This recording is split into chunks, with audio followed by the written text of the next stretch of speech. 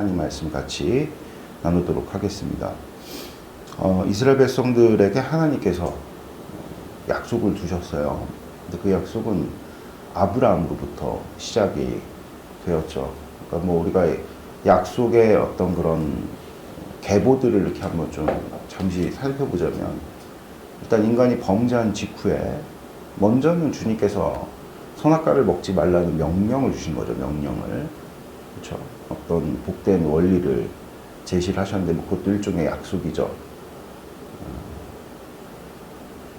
복이라는 게 사실 이제 만족이라고 우리가 정의를 한다면은, 에덴은 사실상 하나님께서 별다른 복을 선포하실 필요가 없었습니다. 왜냐하면 존재하는 모든 것들이 복이 되었기 때문에. 그렇죠. 그러니까 존재 자체를 창조하실 때 하나님께서 그곳에 복을 두셨단 말이에요. 근데 이제 저주에 관한 말씀을 그래서 주님께서 선포를 하신 거죠. 지금처럼 우리가 결핍을 안고 살 때 하나님께서 복 주심이 우리에게 분명한 의미가 있죠. 그 복에는 뭐 여러 많은 것들이 함의가 되어져 있죠. 결핍이 채워진다거나 어그러졌던 것들이 다시 이렇게 회복이 된다거나, 이런 것들을 일종의 우리가 복이다 이렇게 이야기를 하는데, 에덴은 그럴 필요가 없었다는 거죠. 하나님께서 그리고 사람을 창조하실 때 지금의 인간들이 생육번성할 때 반드시 거쳐야 되는 어린아이의 시절이 없었잖아요. 성인들로 다 창조를 하셨고요. 그러니까 이제 인류에게 필요한 것은 저주의 말씀이죠. 왜냐면 그게 경계이기 때문입니다. 그래서 뭐 선악과를 먹을 때 반드시 죽으리라, 이것도 일종의 우리가 약속이다 이렇게 생각은 할 수가 있겠죠. 근데 어쨌든 이것을 범했단 말입니다. 그래서 그 약속, 반드시 정령 죽으리라 하신 말씀이 이제 인간들에게 일어날 수밖에 없는 그런 어떤 상황 속에서 주님께서 저주를 선포하시면서 동시에 한 가지 약속을 주시잖아요. 소망과 희망의 약속을. 여자의 손이 와서 뱀의 원수를 뱀의 머리를 박살내리라. 이게 이제 일종의 우리가 원시복음이다 이렇게 이제 우리가 이야기를 하는데요.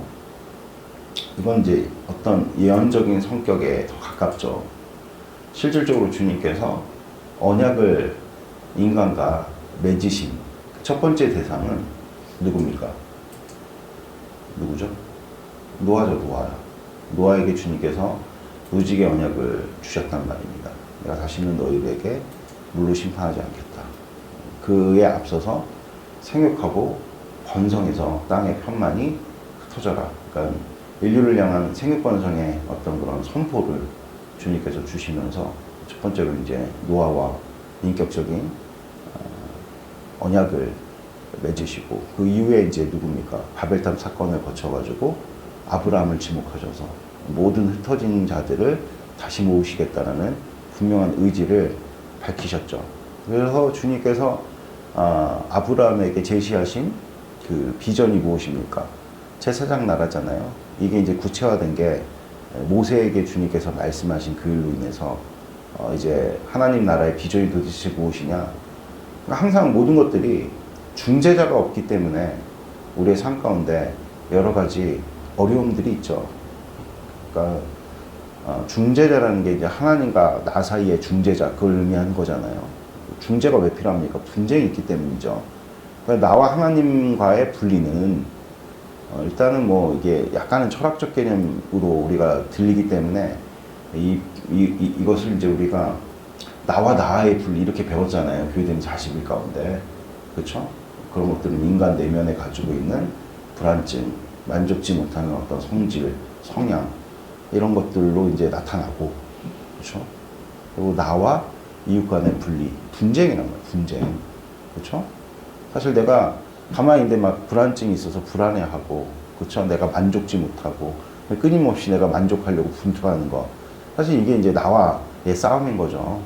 그래서 보통 이제 뭔가 우리가 삶 가운데서 뭐 공부를 해가지고 뭐 1등을 했다든지, 아니면 무슨 분야에서 성공을 했다든지, 이런 사람들이 늘 하는 이야기가 뭐냐면 나와의 분투였다. 뭐 그런 얘기들 하잖아요. 그렇죠? 뭐 작심삼일이라는 말이 있을 정도로 내 안에 있는 어떤 죄성을 이기는 게 쉽지가 않죠. 뭐 나태라든지 아니면 쾌락이라든지 이런 것들, 또 불법을 저지르고자 하는 어떤 그런 못된 욕구라든지 이런 것들과 싸워서 이기는 거.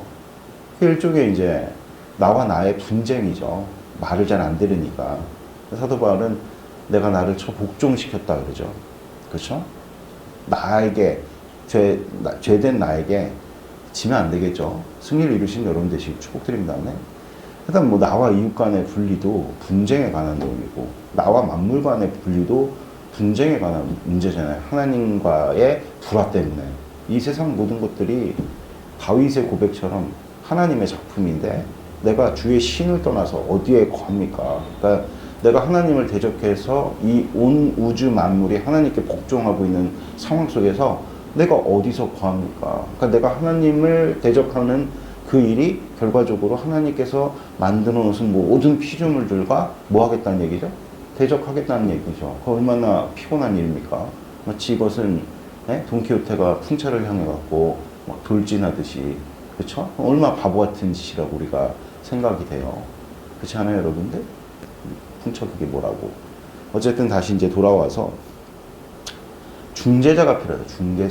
중재자가 없기 때문에 자꾸 이제 어떤 이런 분쟁들이 일어나고 조화를 이뤄야 될 것들이 서로 대적하면서 여러분들 다시 한번 말씀드리지만 상대가 있기 때문에 내가 존재하는 거예요. 그렇죠? 가정도 마찬가지인 게 우리가 서로 사랑해서 결혼을 했는데도 불구하고 원수처럼 지내는 경우들이 많이 있잖아요. 부부싸움이 얼마나 소비적인 거예요. 소모적인 거냐고. 아무짝에도 그럼 제로섬 게임이에요. 싸워서 이겨서 득될 게 없단 말이야. 그런데도 보면은 부부싸움을 할 때 보면은 어떻게 해서든지 상대를 제압하려고 하는 그런 어리석음 속에 여러분들 우리가 빠지게 되는 것들 경험해 보시지 않으세요? 근데 모든 싸움이라는 게 다 그렇잖아요. 이겨서 별로 득될 것이 없는데도 불구하고 계속 분쟁해서 상대를 넘어뜨리려고 하죠. 근데 넘어뜨리면은 뭐가 있어요? 그러니까 뭐 박찬욱 감독이 복수 시리즈를 만들었잖아요. 그쵸, 한 3가지 정도, 뭐 올드보이가 뭐 그런 영화들을 만들어서 우리에게 주고자 하는 어떤 메시지가 뭐였어요? 복수해봐야 허무하다는 것이잖아요. 복수의 대상이 있을 때는 열심히 살아요. 또 열심히 뭔가 목적을 향해가지고 열의를 불태우면서 나름대로 가치 있고 의미 있는 시간들, 효율적으로 시간들을 또 보내고 그러는데 일단 복수를 다 끝내고 나면은 그 뒤로는 할 게 없는 거예요. 인생이 허무해지고 그렇고 거기에 나오는 모든 복수 시리즈의 결말이 뭡니까? 스스로 이제 생을 마감하는 걸로 그냥 마치는 거 아니겠어요? 그러니까 이 세상의 고통의 문제의 원인이 무엇이냐? 중재자가 없다. 중재자가 있다면 서로 분쟁할 것이 아니라 조화를 이루겠죠. 그런 비전을 하나님께서 누구에게? 아브라함에게 허락하시죠. 그러니까 이게 엄청난 아브라함 어떤 그런 개인에 관한 문제가 아니라 근데 개인의 너가 잘 되도록 내가 뭔가 복을 주겠다. 그러니까 아브라함에게 하나님께 베푸신 언약과 복이라는 것은 하나님의 이 인류를 향한 이 모든 피조 세계를 향한 엄청난 계획이 담겨져 있는 거죠. 그래서 아브라함의 후손들, 그의 후손들이 이제 누굽니까? 우리가 이제 삼족장 시대라 그래갖고 아브라함과 이삭과 야곱의 스토리가 이제 창세기에 이제 가득 채워져 있죠. 물론 마지막에 뭐 요셉의 이야기까지 덧붙인다면 사족장은 아니잖아요. 요셉은 애굽의 총리니까.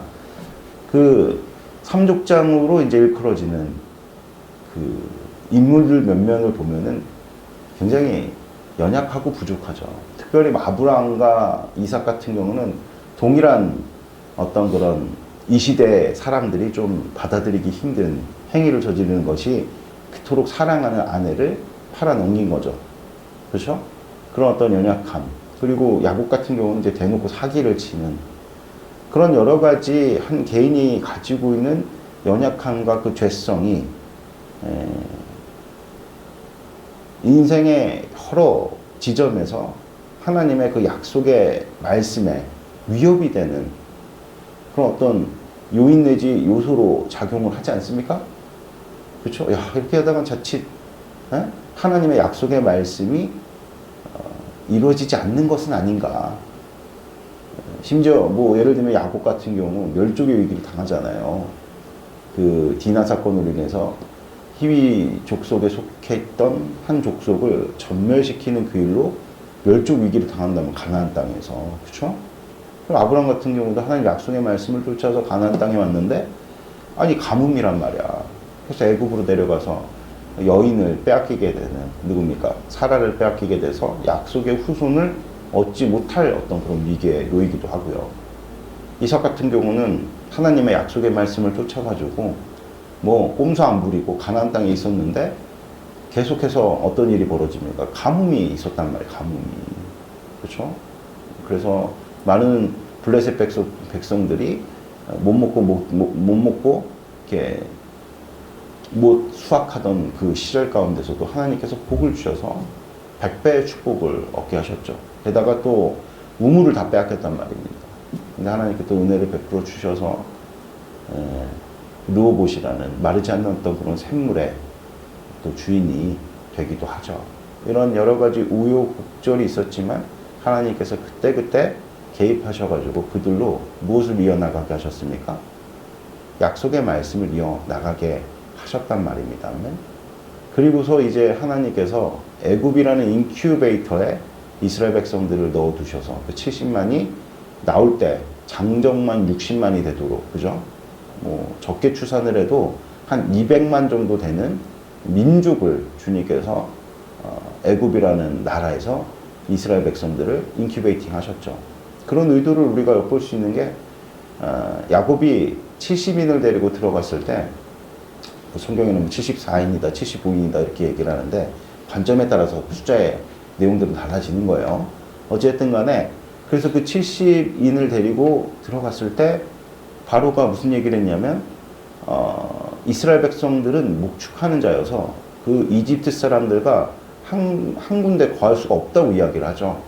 그래서 고센 땅이라는 초목이 가득한 땅을 아예 내어줘 갖고 이스라엘 사람들하고 애굽 사람들하고 철저하게 구별되어서 그들이 삶을 영위하거든요. 한 400년 동안에.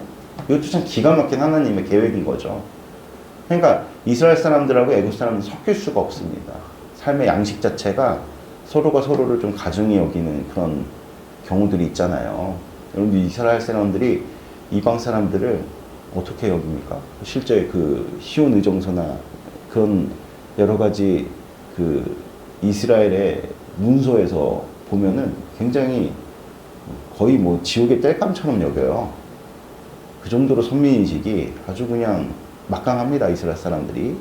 그러니까 이스라엘 사람들이 뭐 애굽 사람들만 이스라엘 사람들을 가증히 여긴 것이 아니라 이스라엘 사람들도 애굽 사람들을 굉장히 불결하고 부정한 자들로 여겼다는 거죠. 그러니까 그런 상황 속에서 혈통적 정결성을 이제 혈통적 정결성이라는 게 사실은 근데 성경적 개념은 아니에요. 성경은 언제나 하나님께서 거룩을 무엇으로 규정하시냐면 하나님 말씀에 대한 순종, 그렇죠? 하나님의 말씀에 매여 사는 것으로 거룩을 말씀하십니다. 무슨 뜻인지 아시겠죠? 근데 이제 어쨌든 간에 혈통적 어떤 그런 순결성을 보존했다는 것은 어떤 의미를 담고 있냐면 그들이 애굽에 동화되지 않았다는 겁니다. 그래서 이제 출애굽할 때 여러 잡족들이 따라 나왔어요. 그렇죠? 거기에는 이집트인들도 당연히 있었겠죠. 그러니까 그들이 이제 단 한데 어우러져 이스라엘이 된 거 아니에요.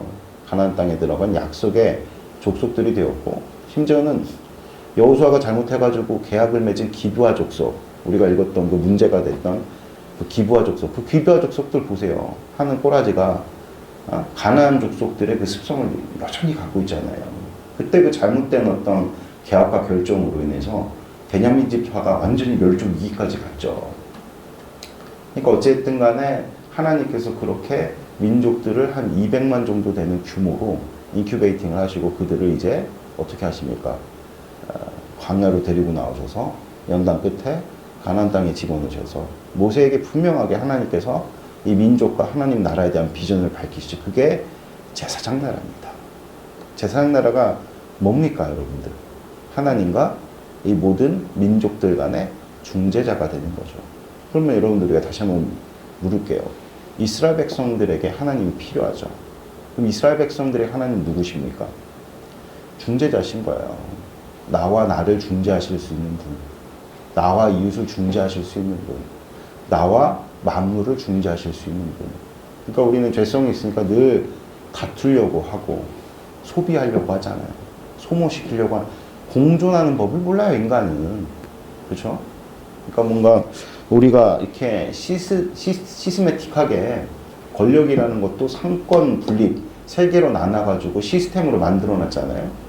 이번에 왜 윤석열 대통령이 이렇게 모든 사람들이 지탄을 받죠? 이 사람들이 엄청난 대가를 치러가지고 상권을 분리했다는 얘기는 서로 상호 간에 권력이 견제를 하면서 독점하지 못하게 만드는 거잖아요. 일종의 어떤 중재 기능이 있는 거죠. 그 중재 기능이 상실되면요, 어떤 일들이 벌어질까요? 다툼이 벌어져요. 다툼이 계속해서. 그러니까 뭐 우리가 맨날 TV 보면 정치인들이 막 다투잖아요. 그쵸? 뭐 입법부와 그 다음에 뭐 집행하는 정부와 대립각을 세워서 뭐 탄핵하고 거부권 행사하고 이런 어떤 시스템, 서로 상호 간의 권력을 독점할 수 없는 그 시스템이 있다는 게 이제 균형을 이루는 거고, 그 균형을 이룰 때만이 서로 다른 가치가 양립할 수 있는 거예요. 그게 이제 중재의 기능이라는 거잖아요. 중재의 기능. 그러니까 이스라엘 백성들도 죄성을 가진 자들이기 때문에 늘 나와 나의 문제 가운데 다툼이 있겠어요, 없겠어요? 그래서 맨날 이제 이광 목사님께서 가르치는 게 애들이 성령 하나님으로 공부하는 법을 배워야 된다. 그렇죠? 그러니까 자꾸만 우리가 율법적으로 아이들을 길들여 놓으면은 나중에 어떤 일이 벌어지죠? 공부만 열심히 해가지고 인격이 그냥 뭐 거지 같고, 그래서 뭐 좋은 대학교 나왔다고 하는 사람들이 도리어 사기치고, 아니 뭐 이번 대통령 때문에 대통령 나온 출신의 대학교 학생들도 욕을 먹는 그런 말도 안 되는 일들도 있다 그러는데요. 아니 그게 아니면 또 나와의 싸움에서 져가지고 마땅히 지금 학습을 해야 되는 그 시기 가운데 배워야 되는 상황 속에서 나태함으로 빠지고 이상한 쾌락에 빠져가지고 방황하잖아요. 그래서 그 공부하는 때를 완전히 다 놓쳐서 결과적으로는 인생에 굉장히 큰 손실을 낳게 되는 경우들을 우리가 보지 않습니까, 여러분들? 성령 하나님으로 우리가 그 공부를 하는 법을 배워야 된다는 것은 성령 하나님께서 결과적으로 나와 나의 싸움 가운데 중재하시는 거죠. 놀고 싶은 게 나쁜 건가요? 아니잖아요. 공부해야 되는 게 틀린 얘기인가요? 아니잖아요. 양자가 다 필요한 겁니다. 근데 이것이 양립해야 되는데 늘 우리 안에서 다툼을 일으키는 겁니다. 그래서 공부를 해야 된다는 강박이 너무 강한 아이들은 놀 줄을 모르니까, 그렇죠? 그렇게 맨날 공부만 하니까 놀 줄도 모르고 하니까 인격이 왜곡되는 것이고, 그렇죠? 또 한쪽 측면에서 놀고 싶은 마음이 너무 강해가지고 공부를 안 해버려. 그러면서 인생이 자꾸 이제 나태하고 게으른 쪽으로 흘러서 뭔가 성취를 이뤄야 되는데 그걸 인내를 배우지를 못해가지고 인생에 계속되는 어떤 그런 하다 말고 이러면서 아무런 열매를 맺지 못하는 그런 경우들을 우리가 왕왕 보죠. 그래서 성령 하나님으로 내가 공부한다는 것은 중재를 의미하는 거예요. 많은 내 안에 있는 하나님께서 허락하신 은사와 여러 가지 좋은 가치들이 양립할 수 있는 거. 아멘? 이게 뭐 아이들에게만 필요합니까? 이스라엘 백성들, 하나님 나라의 백성들에게 먼저 뭐가 필요한 거죠? 중재자 대신 하나님이 우리에겐 필요하다. 할렐루야? 그래서 주님께서 먼저는 하나님과, 그쵸? 백성들 간에 어떤 그런 분리를 회복하는 수단으로 주님께서 무엇을 주셨습니까? 제사법을 주신 겁니다. 아멘? 그러니까 우리 인생의 이 같은 모든 다툼의 원인은 죄란 말이에요. 하나님과의 분리로부터 일어나는 문제이기 때문에 하나님께서 제일 먼저 모세에게 허락하신 율법의 내용들이 뭐 십계명부터 시작해서 제사법이에요. 레위기에 보면 제사법이 제일 먼저 나오죠. 하나님과의 분리가 회복되면은 우리 삶 가운데 무엇이 그칩니까? 나와 나와의 분리가 해소가 되죠. 그게 무슨 얘기냐? 균형을 갖추게 된다는 거예요. 왜곡되었던 나의 인격들이 균형을 갖추게 된다는 것이죠. 아멘? 그리고 나와 이웃들의 소유가 그친다는, 그러니까 얼마나 사사기 말기가 정말 하나님의 약속의 말씀이 무색했는지를 여실히 보여주죠. 왜 그래요? 이웃 간의 분쟁이 벌어져 갖고 완전 멸족 위기까지 가서 나중에 하나님께서 깨닫게 하시지 않았다면은 이스라엘의 12지파에게 하나님께서 허락하신 말씀이 끊기는 거예요. 얼마나 끔찍한 일입니까? 그리고 겨우겨우 그냥 그 600명 남은 사람들로 인해서 베냐민 지파가 연명할 수 있게 된 것이 은혜죠. 그러니까 우리나라가 참 되게 왜 이러한 사태를 두고 기독교인들이 회개를 해야 된다라고 얘기하냐면 이 나라에 지금 뭐가 없는 거예요? 중재 기능이 없는 거예요. 중재 기능이. 그게 지금 사라져 버린 겁니다. 그래 대통령이 저렇게 길이길이 날뛰면서 계엄령을 발동했는데 우리 또 바보같이 대통령 나쁘다. 저 한 사람의 개인의 어떤 문제 때문에 나라가 이렇게 도탄에 빠졌다. 이렇게만 보는 게 또 얼마나 단순한 시각이냐고. 심지어 계엄을 저지른 그 대통령의 변이 있어요. 변이. 내가 오죽했으면 이렇게 했겠냐. 근데 거기에 대해서 설득당하는 사람들이 되게 많은 거 아세요?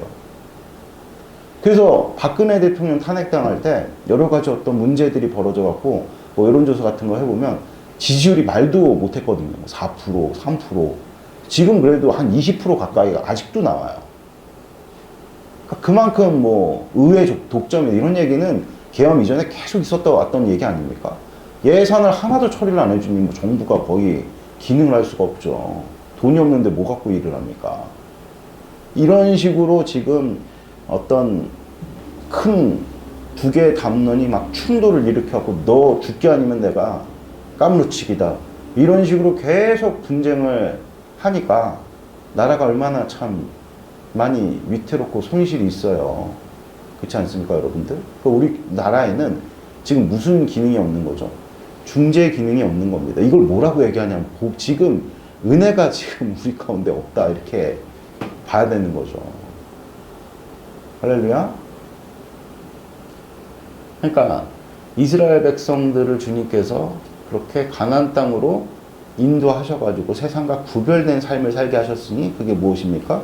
중재자가 있는 삶입니다. 그러니까 중재자가 있는 삶이라는 것은 균형 있는 삶을 의미하는 겁니다. 그래갖고 이스라엘 경내에 여러 수많은 좋은 가치들이 있잖아요. 그래서 예수님께서 뭐라고 말씀하셨냐면 도둑은 와서 빼앗는 것인데 나는 너희들에게 무엇을 주기 위해서 오셨다는니까? 생명과 풍성함을 주시기 위해서 오셨다고 말씀하셨죠. 그러니까 우리가 보통 다투는 어떤 그런 가치들은요, 우리를 풍성하게 할 만한 내용들이란 말이에요.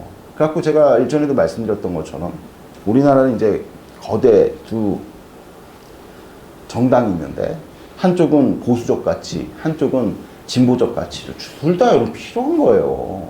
싸울 게 아니라. 그래서 우리나라가 그 양당이 두 개의 가치를 가지고 서로 화해하고 합력을 이룰 수만 있다면은 참 놀라운 어떤 그런 눈부신 발전을 이루겠죠. 할렐루야. 아마 그게 맨날 근데 싸워요. 그래서 한쪽이 한쪽을 그냥 없애버리려고 거기에 또 선동에 넘어가고 동조하는 사람들이 막 그래갖고 뭐 한쪽은 뭐 광화문에서 한쪽은 여의도에서 지금 갈갈기 찢어져가지고 죽여야 된대요. 서로 상호간에 없어져야 된대요. 그래야 속이 편하대요. 다시 한번 말씀드리는데 진보정당의 존재 가치는 보수정당이 있기 때문에요, 여러분들. 보수정당의 존재 가치는 진보정당이 있기 때문이죠. 아멘? 그래서 그런 어떤 중재와 균형이 뭐라고 얘기하나? 은혜라고 얘기하나? 은혜라고 얘기하나? 그래서 이 비밀을 정말 복되게 깨달았던 아굴이라는 사람이 주님께 구할 때 뭐라고 했냐면 내가 부하게도 마옵시고 가난하게도 마옵시고 부하면은 교만해서 하나님 모를까 두렵고요. 가난하면은 또 가난한 그 일로 말미암아 하나님을 원망할까 봐 두렵습니다. 그러니까 부하게도 마옵시고 가난하게도 마옵소서. 무슨 뜻입니까? 내 인생에 하나님 중재자가 되어 주셔서 모든 가치의 균형을 이뤄달라고 주님께 요구를 한 거죠. 최고의 기도입니다. 아멘. 할렐루야. 그러니까 우리가 뭐 단순히 하나님께 기도해서 얻게 되어진 어떤 그런 복, 그걸 우리는 평안이라고 얘기하잖아요. 근데 그걸 호도해가지고 돈 많이 버는 거, 뭐 좋은 직장 잡는 거, 높은 지위에 올라가는 이런 걸로 탈바꿈하니까 자꾸 기독교가 이제 문제가 되는 거죠. 그 복에 대한 개념들이 자꾸만 왜곡되고 병드니까, 그렇죠. 신앙 자체가 흔들리게 되는 건 아니겠습니까? 다시 돌아와서 이스라엘 백성들에게 필요한 것이 무엇이냐? 균형. 오늘 복음에는 하나님의 의가 나타난다 그러잖아요. 할렐루야. 루지 왜 나오미를 쫓았을까요? 딴 거 없어요. 나오미와 그의 남편 엘리멜렉이 선포하는 하나님의 약속의 말씀을 들었기 때문이죠. 근데 그 약속의 말씀을 들을 때 그 복음에는 뭐가 나타난다 그랬습니까? 하나님의 의가 나타난대요. 제가 일전에도 말씀드렸던 것처럼 제가 뭐 실명을 거론하는 것은 조금 약간 실례이긴 하지만 뭐 나쁜 얘기 하는 거 아니니까. 제가 엄태웅 목사님을 굉장히 이렇게 깊은 어떤 인연을 맺게 된 계기가 있다고 그랬잖아요. 제가 이제 시험을 떨어졌는데 그 시험이 나는 계속해서 아무도 누구도 뭐라고 얘기 안 하는데 자책에 휩싸여 있는 거예요. 내가 공부를 열심히 하나 떨어졌지. 나름 열심히 했거든요.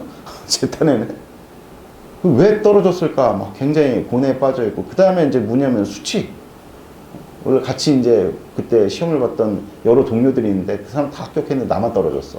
수치심. 아무도 뭐라고 얘기를 안 하는데, 그 수치심 때문에 굉장히 좀 힘든 시간들을 보내는데, 이분이 이제 저한테 커피를 한 잔 마시자고 제안을 하셔서 같이 커피를 마시면 뭐라고 말씀하셨냐면, 김현우, 그때 전도사님이었는데, 김현우 전도사님 이번에 시험을 떨어지셨는데, 왜 하나님께서 김현우 전도사만 이렇게 떨어뜨려 놓으셨을까요? 거기 하나님의 분명한 뜻이 있습니다. 그 뜻이 뭔지는 안 알려줬어. 어쨌든, 근데 그 얘기를 듣는데, 내 마음 가운데, 나와의 분리자, 아니, 시험 떨어질 수도 있죠. 그렇지 않아요? 그래갖고 우리가 애들이 뭐 시험을 잘못 보거나 그러면 제일 큰 문제가 뭐죠? 자책하는 거잖아요. 의기소침하는 거잖아요. 그게 뭐예요? 그 상태 자체가 내가 미운 거예요. 분쟁 상태인 거예요. 근데 은혜가 임하니까 어떻게 되죠? 내가 그렇게 좀 경멸하고 수치스럽게 여겼던 나가 삽시간에 하나님의 뜻과 하나님의 영광이 입히는, 나와 나의 어떤 그런 분쟁을 그치게 하는, 나와 나의 소유를 그치게 하는, 그게 복음이에요, 여러분들. 아멘? 할렐루야? 그래서 그때 당시에 엄태호 목사님이 의식을 못했겠지만 하나님의 역사라고 믿어 의심치 않습니다. 아멘? 엄태호 목사님이라는 그 한 분의 생각과 지각과 또 그 어떤 여러 가지 행위들, 말들이 하나님의 손에 붙들려서 나에게는 뭐가 됐죠? 복음이 된 거죠. 그랬더니 이제 그 뒤로부터는 제가 참 목사님에 대해서 좋게 여기고 늘 그분이 하시는 말씀 귀담는 그런 어떤 이제 인연이 여기까지 이제 이렇게 오게 되었는데요. 그런 맥락에서 이제 우리가 나오미와 룻의 관계를 이해를 해야 되는 거죠. 복음에는 하나님의 의가 나타나는 것입니다. 할렐루야.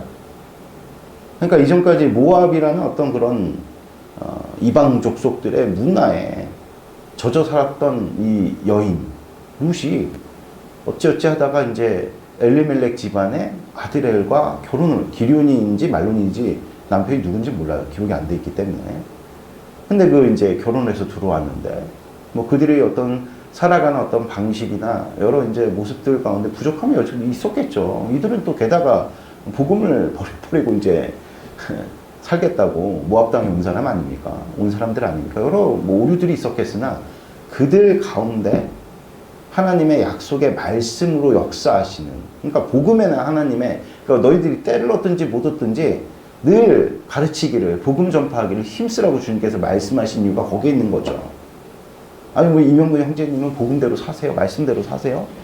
그렇지 못하죠. 그렇죠? 중요한 것은요, 하나님의 약속의 말씀이 선포되어지는, 그래서 우리가 때로는 교사도 되지만 반면교사도 교사예요, 여러분들. 약속의 말씀을 우리가 떠났더니 이렇게 좀 쉽지 않은 상황이 왔구나, 이런 것들이 객관화돼 가지고 어떤 제3자에게 읽혀지는 것, 그 자체로 여러분들 우리는 쓰임받고 있는 것입니다. 아멘? 우리 인생에는요, 희노애락에 다 쓰임받는 겁니다. 그러니까 우리가 멈추지 말아야 될 것이 무엇이냐? 예? 멈추지 말아야 될 것이 무엇이냐? 하나님의 약속의 말씀에 대한 선포다. 아멘. 할렐루야. 이것을 분명하게 마음 가운데 새기시는 복된 축복이 있기를 바랍니다. 그래서 그 약속의 말씀이 선포되어질 때, 그렇죠? 하나님의 의가 나타나거든요. 하나님의 의라는 정체가 무엇이냐? 우리 삶 가운데 중재자가 되어주시는 중재자로서의 어떤 그런 하나님 안에서의 복된 역사. 그러니까 엄태웅 목사님의 그 저를 향한 그 한마디의 선포가 나와의 소요와 분쟁을 그치겠다 그랬죠. 그렇죠? 그게 복음의 기능입니다. 할렐루야. 아멘. 그 복음이 선포되어지는 그 일로 말미암아 한 번도 난생 처음 한 번도 경험해보지 못했던 난생 처음 겪는 나와 나의 분쟁이 그치는, 또 나와 이웃 간의 분쟁이 그치는, 나와 만물 간의 분쟁이 그치는, 뭔가 누군가 중재를 이루는. 그래서 이전까지 내가 내적으로 불안하고, 그렇죠? 뭔가 일에 손도 안 잡히고 의욕도 없고, 그렇죠? 혹은 또 여러 가지 어떤 중독이라든지 습관적인 어떤 범죄에 빠져갖고 헤어날 수 없는, 그럴 때 이제 우리의 인생에 대해서 낙담하게 마련이죠. 자포자기하기 마련이죠. 근데 복음을 들으니 하나님의 의가 나타나서 다시금 무엇을 갖게 합니까? 희망을 갖게 하고 소망을 갖게 하는 그런 놀랍고도 복된 역사가 있으니, 나오미를 죽기까지 따르는 게 쉬운 일입니까? 에너지가 있어요. 에너지가. 기대하는 바가 있어야 되고 소망하는 바가 있어야 됩니다. 그렇죠? 그래서 오늘도 하나님의 이 약속의 말씀이 이 교회 강단을 통해서 선포되어질 때, 여러분들의 삶 가운데 이 복음의 말씀을 들을 때 하나님의 의가 나타나시는 놀랍고도 복된 역사 이렇게 축복드립니다. 아멘.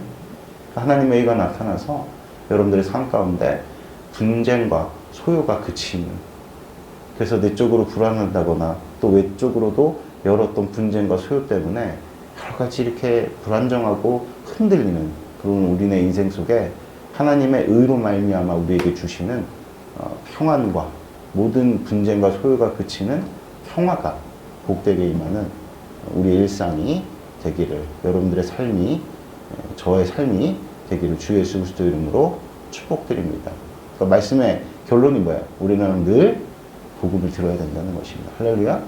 아멘. 그럴 때 룻과 같이 아무것도 없는 가운데서도 그 복음으로 말미암아 얻게 되어진 소망이 일으키는 그 내적인 강력한 힘이 삶을 변화시키는 겁니다. 아멘. 삶을 개혁시키는 거예요. 기도드리겠습니다. 하나님 아버지 감사합니다. 오늘 선포된 말씀을 우리가 마음 가운데 깊이 새겨서 날마다 선포되어지는 말씀 속에서 나타나는 하나님의 의를 쫓아서 오늘도 룻과 같이 기대와 소망을 우리가 꺾이지 아니하고 그 기대와 소망으로 말미암은 강력한 하나님 베푸시는 그 에너지를 가지고 우리의 삶을 바꾸고 우리의 삶을 개혁하는 아버지의 백성들 될 수 있도록 축복을 더해 주시옵소서. 감사합니다.